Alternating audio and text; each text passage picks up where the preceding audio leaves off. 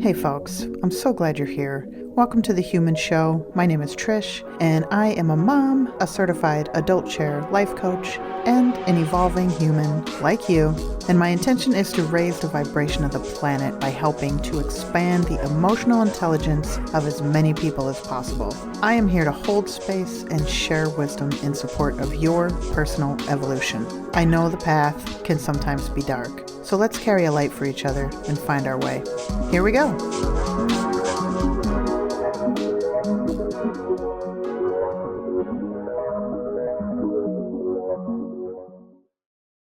Hey, folks. Thanks for being here. Super excited to have a very lovely guest with me to share her story of adversity, what she learned, how she grew, and I'm honored to have her joining me today. So welcome to the show, Cindi DuMond. Thank you. I'm happy to be here. So before we jump into the topic, I would love for you to just share something you'd like listeners to know about you today. Well, I'd like listeners to know that the grief that I have transformed is the gold that I give my clients and actually everybody I come in contact with. That's awesome. Your grief is the gold. That's beautiful. Thank you for sharing that. Okay, so you have a pretty amazing story about helping your daughter through something. So could you briefly share the story? I mean, as best you can do in like 5 minutes or so. Just give us an overview of what you moved through. My daughter was born healthy, happy, thriving. She was in ninth grade at a private Christian school. She was thriving. She was secretary of her class. She was a varsity cheerleader. She played volleyball, varsity volleyball, lots of friends, just a leader. Really, she was such a joy, lots of faith. And we were snowmobiling one night in 2014.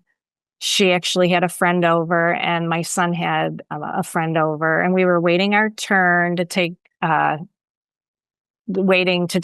on the snowmobiles, and we were just out there with the stars doing snow angels and having a blast in upstate New York. And the next day she woke up with a flu, just sicker than a dog. And being a nurse for 30 years, I don't just run to the doctor. I wait a few days, and we finally went to the doctor, and then you're through a GI specialist. And, they said, if you do this to her, don't do dairy, don't, no cheese, no yogurt, follow this diet, you'll be better in a few weeks. Well, a few weeks turned into lots of weeks and months. And it was just a nightmare, just chasing diagnoses. And so finally, like about 18 months later, it was her gallbladder, which was a fight in itself because everybody was telling, all the doctors would tell me, it can't be her gallbladder. She's not fat, fertile, and 40. And I just would argue with them and say, well, no, but look at our life these days, right? I was working 60 hours as a nurse. I was volunteering with church and Sunday school and choir. And so, we run from thing to thing to thing. You run through the drive-through and, so she actually would find articles from like scholarly articles for me to give the doctors. And there was one, she had a HIDA scan, which is a gallbladder test. And she found an algorithm that said, if you have pain after it, it's automatic cholecystectomy. So she had pain after her HIDA scan. And once again, the doctors were like, no. And I just would be like, but if it's hyper, doesn't that mean, it was just a constant battle. So like taking her then to another state to get her gallbladder out, and then getting the pathology report that said her gallbladder was bad, and sending that to Boston Children's and sending that to her GI doctor here and hearing, oh, we're really sorry, was just grief, the kind of grief that casseroles and sympathy cards just don't cut it. And that was our journey. So finally, I thought that was it, right? It was her gallbladder. And a few months later, we were in the grocery store. I remember exactly in the baking aisle because loved to bake. And she would even get hired to bake for people's weddings. And she used to make these phenomenal candy, instead of gingerbread houses, like chocolate houses, and decorate them. And she would donate them. She's just an amazing kid. So we were in the grocery store and she started getting dizzy. So here we go again. And it ended up being a Lyme diagnosis. So then came all the different controversial treatments. Take one pill and you're cured, to ongoing. It was just really tough. And she was actually bedridden for 10 months. She couldn't move her right arm, and she had torticollis so bad that her neck was turned to the right. And it was really a difficult time because there was no support. And if we did have support, it was usually out of state or a Zoom call, so being a nurse, I'm sure, helped. And what eventually happened was her port became infected. And at this time she was 18. And she told me, I'm not going to go to a hospital and die. I'm going to die at home. And that was in November of 15. And by January, living with this infected port, she decided to go to the hospital. And she was in the hospital and we were leaving. They said we could go home, and her neck was still stuck and the infection was cleared. They took the port out. And then on a Saturday night, she asked me to move the balloons that her brother brought her because she was seeing things, and she was seeing things on the blank TV screen. We didn't have the TV on because she was so hearing and light sensitive. So I knew immediately something was wrong. And I called every code in the hospital. And it took me about from 11 o'clock at night to 6 o'clock the next evening for them to do something. And they finally admitted her to the ICU, and she crashed. She was on a ventilator.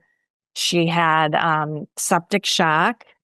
So that in itself is 1 minute you're praying to the urine bag, 1 minute she's not clotting, so they give her vitamin K, and then she's clotting too much, so then they give her. It was just crazy. And being in the ICU and trying to catch some sleep and then waking, it was really touch and go. Well, she pulled through. It's amazing, but somehow she had a brain injury, which was really tough. They said it was either a lack of something that her brain needed that it didn't get during that 3 weeks on the ventilator, or the infection itself. So they told us that she would be in a nursing home the rest of her life, in diapers. And she is so not. We were in physical rehab for 5 months. And, when she woke up, she couldn't even swallow food for a few days. And this kid just is amazing. She lives on her own. She had to learn to walk, feed herself. And like I said, now she lives alone in her own apartment with some of assisted living. So I can't be more proud of her. She is just an amazing person. Wow. It's like, it just came out of nowhere, right? So, and it sounds so after her gallbladder was addressed, then it sounds like Lyme disease was the next thing that sort of rocked her world.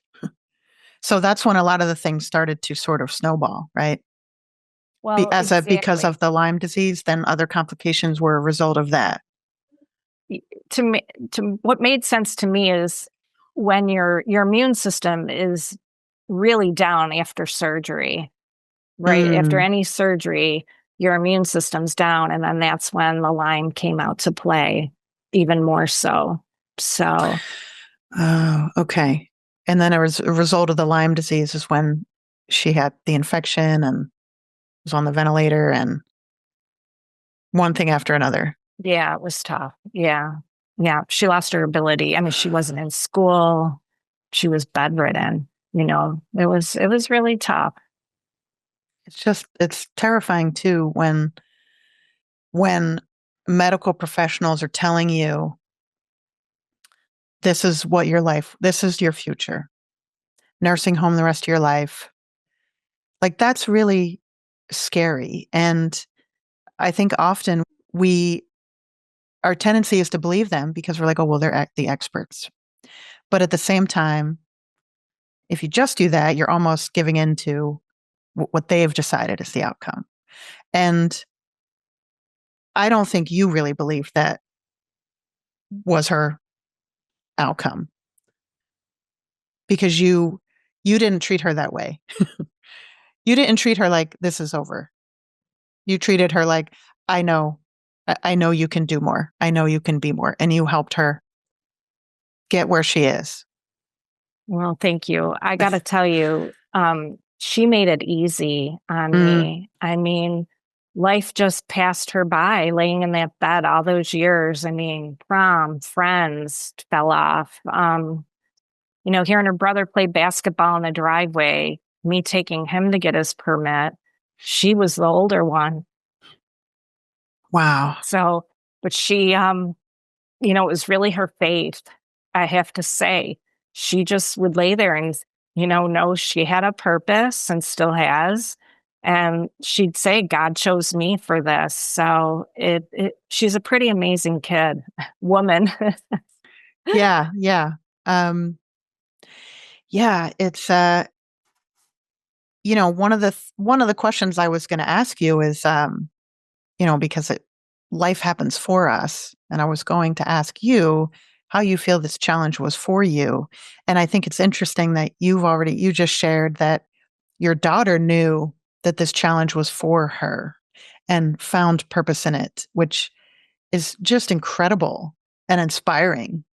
And I'm just curious about your take on that for yourself, because the challenge for you was being her caretaker through all of this. Well, it's easy. Being away from the home, traveling, staying in Ronald McDonald houses, going to the grocery store and seeing how happy families act and live and support each other really showed me how dysfunctional my family was, my immediate family, and also my family of origin. So it just it taught me that I deserve better. And that was the start.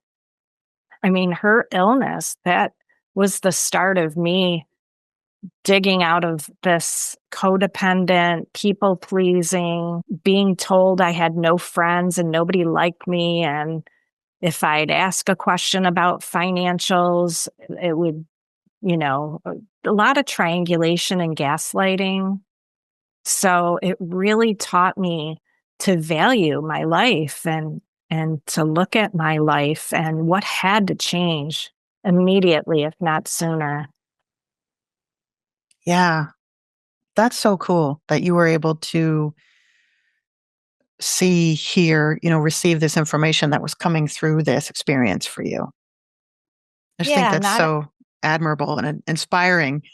thank you. Not as a victim, too. I want to Sure. make it clear. My story today is not from coming from a victim, but from an empowering mama bear mother and just a woman that just loves life and loves people and loves relationships.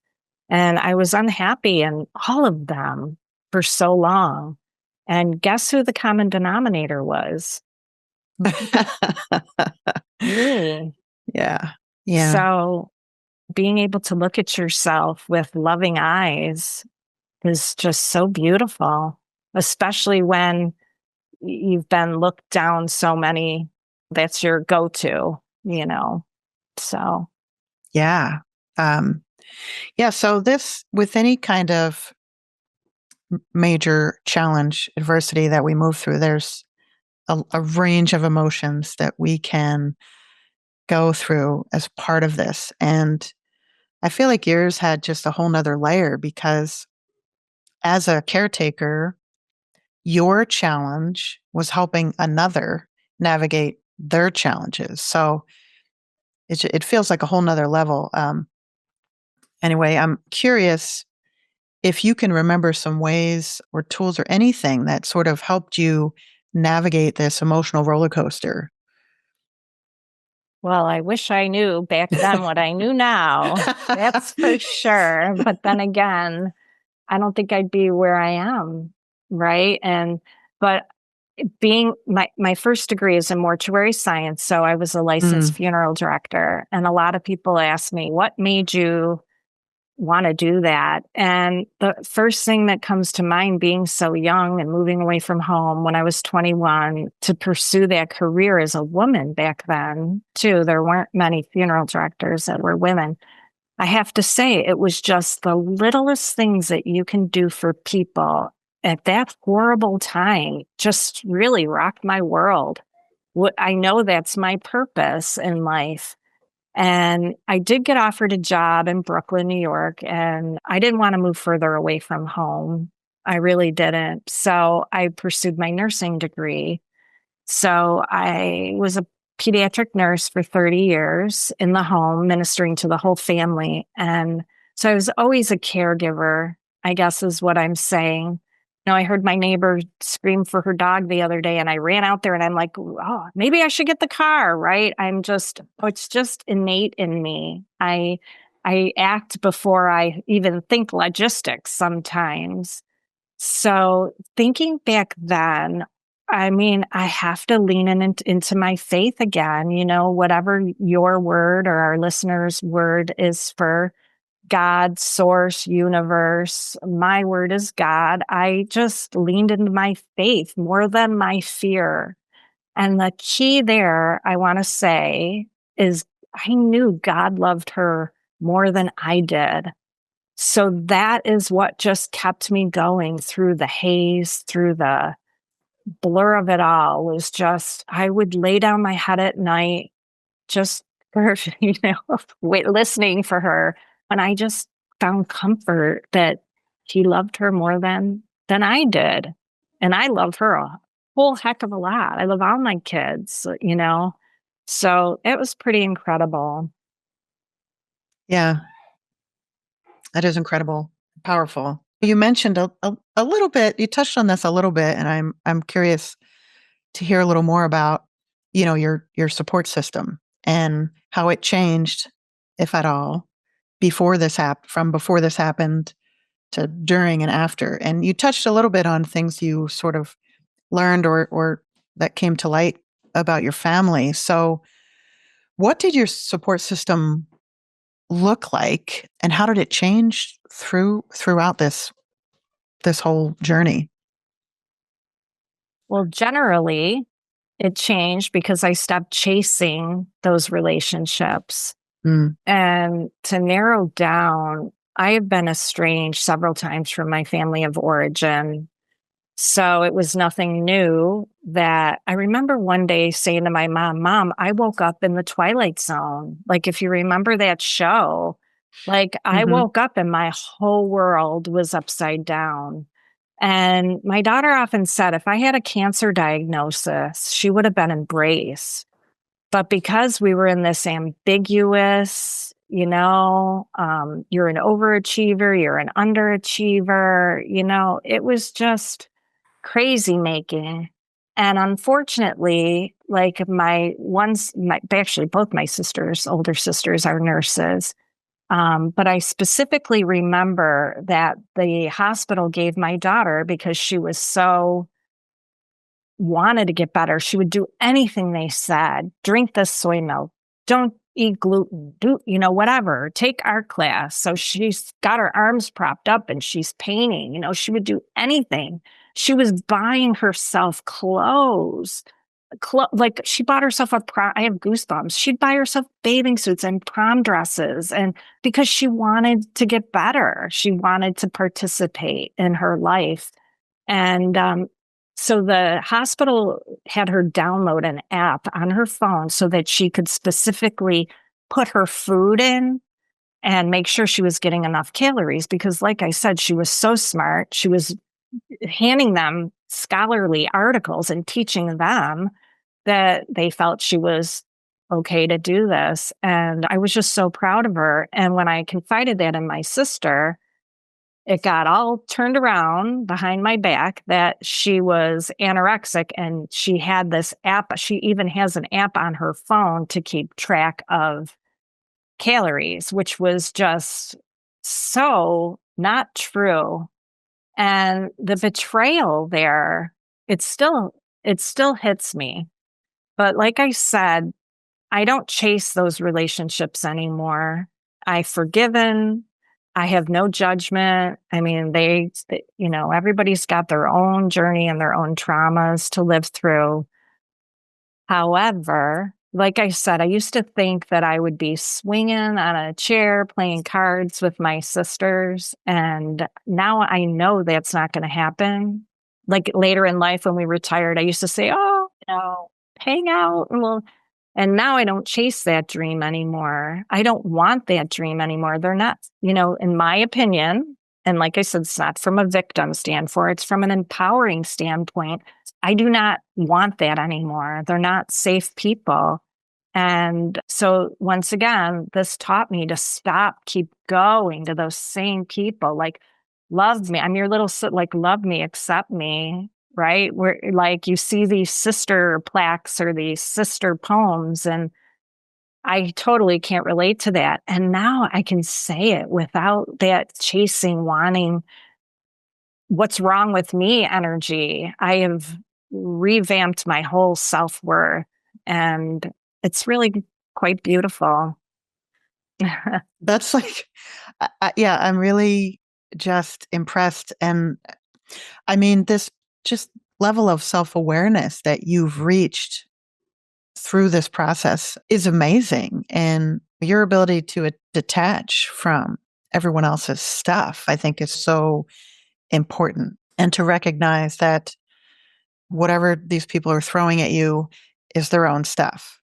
And I think that's a really, really important awareness. And you have that, you developed it, you grew that self-awareness that has really served you. Just the fact that you said you're not chasing these relationships anymore, I think is such growth, yeah. And it's gotta be really, kind of liberating, to not be weighed down by your expectations of other people or other people's expectations of you, right? I used to be a trigger could put me in bed for, a bad trigger. And, Yeah. you know, why me? What did I do? Well, guess Mhm. what, Cindy? You didn't do anything. It is what it is. And Yeah. I've accepted that. And it can be really hard, especially with family, to sort of let go, even if it's just temporarily, of relationships that are not serving you. And I think it's the hardest part is learning what's not serving you, right? Then you can make that decision. So it's really hard with family. You kind of expect that they're always going to be there for you. And it, it might, your relationship could change at some point with them, but right now it's not a good fit for all of you. And that's important Exactly. for everyone to recognize that when it's not a good fit. So, yeah, just really, yeah, really amazing. So, I wanted to ask about your, sorry, there's a spam caller. Oh, I wanted to talk about our sense of identity can change when we move through a major transition. Because, I mean, for a number of reasons, but I think our idea of who we are changes as our life changes, as our support system changes, as our maybe even our purpose and our path. And when we move through a transition like this, we start to see new directions maybe in our path, and it can lead us to redefine ourselves, which is an opportunity. And I'm curious if you can talk about that at all, and if it's something that you noticed about how your sense of self, your sense of identity changed throughout this. Well, I think why it's hard for people, myself included, to recognize that we're in dysfunction or what's causing it when that's all we've known. So it's so normal. And Mm-hmm. like they always say, you marry your mother or father, and people, I'm never going to do that, but it happens. It really does. So I feel like, I was a nurse, I was a funeral director, I was a mother, I was a choir singer, I would teach, I was president of PTO. I was do it all Cindy. I would have these huge, elaborate holiday meals because in my husband's family, ex-husband's family, we were the oldest, so he had younger siblings. So I'd never ask anybody to bring anything or do anything. And then I would just react, right? Wah! So I really became kind of unrecognizable to myself. I was just like, let me see, what did I feel like? Like kind of like a beach ball, like just getting volleyed wherever, like, because I had no boundaries. I didn't know the word no. I just did it all. When my son was born, I took 7 days off from work.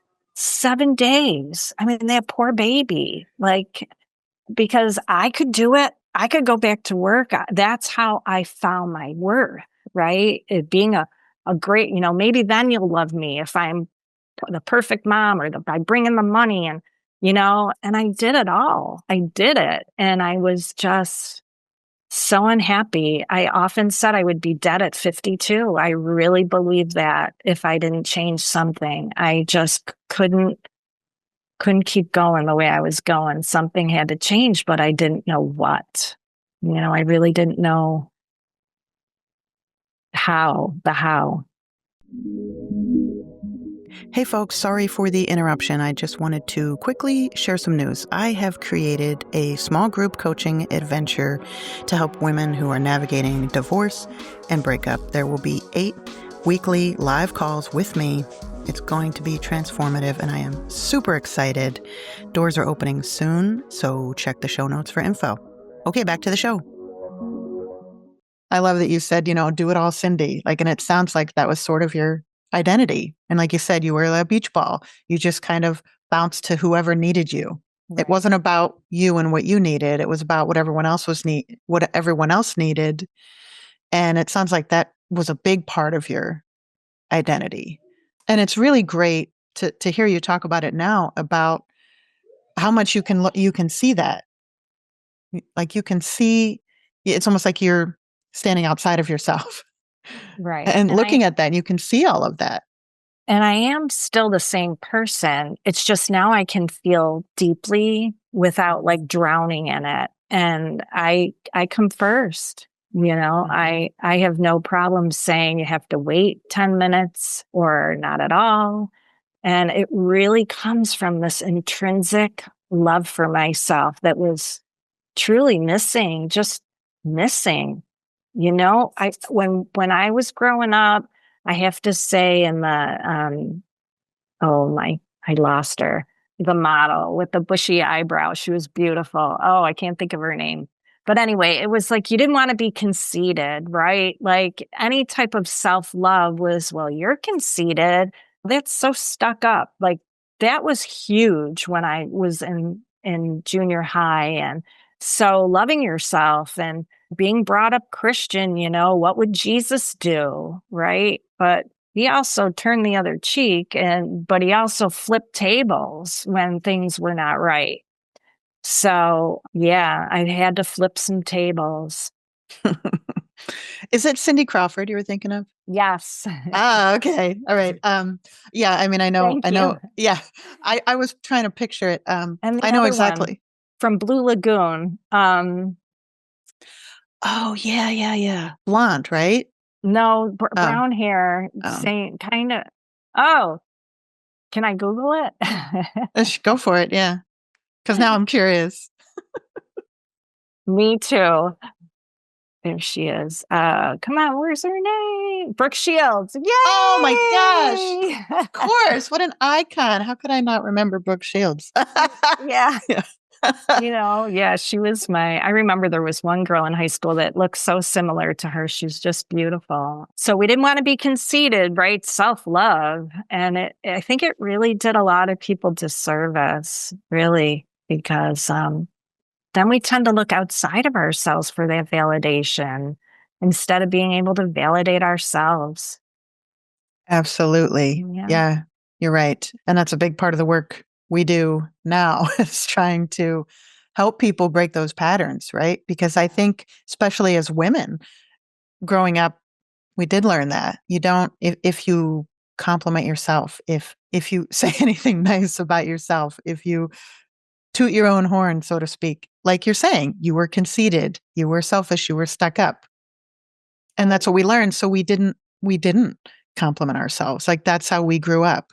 Look at men too. We'll throw men in here and boys. I mean, boys don't cry when they're crying. Mm. I mean, that is the biggest disservice that somebody could tell their son or another man.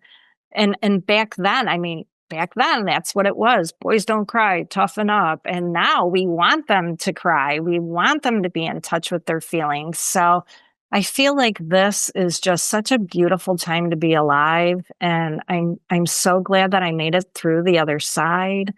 And I actually took my daughter to a healing retreat at Dr. Joe Dispenza's a week-long retreat in Denver. And oh my gosh, she was a trooper. Long days, really long days, 12, 14-hour days, walking meditations. And she usually doesn't walk that much. And she just was such a trooper once again it just shows me how she wants to be healed. She wants to live life. She wants to, it's pretty amazing. It is. It's so amazing. Oh, before I forget. Who said that? Who said that? Who said that? Who said that? Who said that? Who said that? Who said that? You have a quote to share? I do. All right. Let me get it. It's actually Paulo Coelho's quote. And it says, when you say yes to others, make sure you're not saying no to yourself. Oh, that's such a big one. It's so simple and so powerful. Exactly. Just a little check-in. Just a little check-in with yourself. Yeah, I love that. I brought one as well. So I thought this one was appropriate for today's conversation. Once the storm is over, you won't remember how you made it through, how you managed to survive. You won't even be sure whether the storm is really over. But one thing is certain, when you come out of the storm, you won't be the same person who walked in. That's what the storm is all about. That's from a Japanese author named Haruki Murakami. I love that. I thought that was so amazing because, and it made me think of you because, even talking before the call, saying that a lot of this is a blur, like this experience. I mean, it was quite some time ago, but also it sort of becomes a blur. Like there are parts that you don't remember and you might be like, wow, how did I do that? How did I get through that? Right? You're absolutely right. So much so that I was nervous about. This is the first time I've ever talked about my daughter publicly or my sisters and my relationship with them as well. So it's time. Yeah. Well, thank you so much for sharing it because I think that it's really important for us to tell our stories because there's someone out there who can benefit from hearing them. So I think the more we share, then the more we create opportunities for connection and to help inspire others to open up and share their stories because that's how we start to heal. Love it. So we kind of talked about how you're,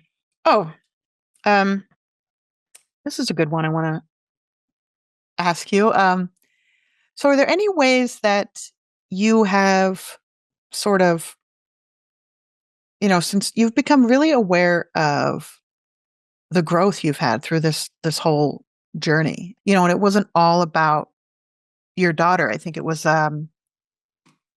you entered into this experience, this challenge, because of what your daughter was experiencing.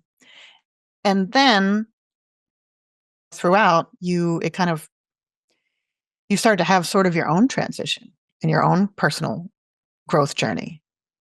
And, you've mentioned before how how much you've changed. And I guess I'm curious in how, if in any way you have sort of celebrated that growth or reclaimed your narrative.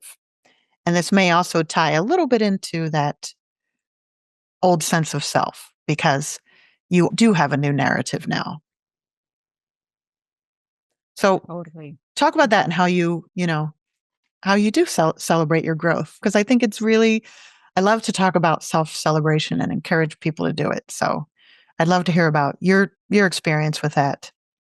Well, I got to tell you, when my colleagues hear what I've done or what I'm doing, they're like, I can't like blown away. So what I've actually started doing is writing down what I like, things I do in a day. Like I just started a blog in June, and just things like that you think are no big deal. One colleague even was like, how would you even know how to get insurance from New York to Florida? Like, just little things like that. I kind of just now, I just not give myself a pat, but just acknowledge, because I have that critical voice, so critical, so it'll get to be, it's 2:00. What have you done all day? Like I'll hear it. Like, I can't believe it's 2:00. You didn't, whoa, slow down. And now I can go to that list and say, wow, look at all these things you did. Look who you've helped today. Listen to that feedback from that client. I mean, that session was magical. I got that yesterday. That session was magical. I mean, that in itself, wow. I travel a lot. It's nice having being in charge of my own money now. For a long time, I was not in charge of my own money. I had businesses in my name that I was no part of, corporations actually. And if I did ask about money, I was like told, well, you're having a bad day. Don't take it on me. Like when I tried to exert a boundary, but then again, now I would have no problem saying that. Because once again, I feel worthy to ask that question. Back then, I was really confused with submission in the church and all that. And yeah, and probably a little naive and taken advantage of. And like I said, something desperately had to change in my life. And yeah. Yeah, I love that idea of writing things down. And because there are a lot of things we do in a day that we overlook. And they're actually important and significant, whether they helped us or they helped someone else. And I love that idea of sort of reflecting on the day and jotting it down and being like, because I think the visual helps too, to be able to see it like, oh, damn, I did a lot today, right? Yes. Yes. Especially before you go to sleep at night. Like those few minutes to just reflect and have gratitude. Gratitude is an amazing emotion, especially to fall asleep to. Yeah. Oh, I love that reminder. Yeah. Yeah, I do think it's a great idea to do at the end of the night, to sort of close your day in that energy of gratitude, and gratitude for yourself, right? Yes. I It's think not that's being stuck up. exactly. No, self-love is healthy, right? Yeah, thank you for that reminder. So I know you have a lot of things going on. So can you share some of the ways that listeners can find you, some of the ways they can connect with you? Oh, thank you. Sure. If I resonate with any of your listeners, I can be found at cindydumond.com. I own Don't Despair Coaching. I have a lot of free stuff on my website. It's actually cindydumond.com backslash, not splash. um, So cindydumond.com backslash toolbox. I also have a blog, cindydumond.com backslash blog. And I have an email community. So I love to pour into my community. I don't spam you. So yeah, I just love. Oh, I love that. Yeah. Yeah. So people could get on your newsletter and then get some lovely words of wisdom from you. Exactly. Yeah. Yeah. Yeah. And I also have a toolbox with tools on there to use immediately, which is pretty neat. There's a grief guide. And I want to mention too to your listeners that grief is not just about death. And I tell you, if I have one message, that's a big one. Grief is any loss that we're going through, not just death. So yeah, I think that's a big awareness in itself. yeah, Grieving and absolutely. being sorrowful, even job loss, relationship loss, abortion, lots of different things we grieve and not just death. So Yeah. Yeah. Thanks for that reminder as well. And because I think often with life transitions, we tend to skip over the grief part because a lot of us do associate that with death.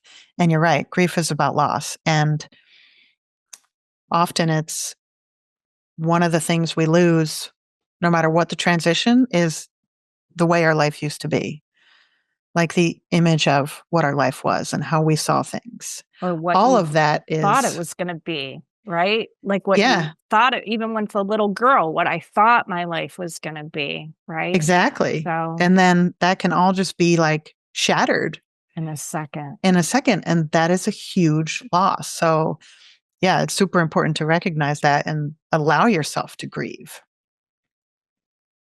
I'm sure grief was a big part of your journey with your daughter. I have to admit it still is at times. I Mm. mean, I see, I told you we used to love to bake together and, and it's hard. You see couples out there and, but I acknowledge the feeling, but then I say, thank you for showing me what's possible. And that's the key that gets me out of that. I don't stay there very long, and that's the key too. You don't want to it's called spiritual bypassing. You don't want to hop over that grief, like you had mentioned, but I'll acknowledge it. Like when I see a couple walking or something, I'm like, oh, I wish it was me. Oh, okay. Thank you. Thank you for showing me what's possible. So I think that's a good tool to pull out of your toolbox. Yeah, I love that, just that little tweak in your perspective, You because reframe. a reframe, because often we'll see something like that someone else has and we don't. And our feeling is, oh, I don't have that.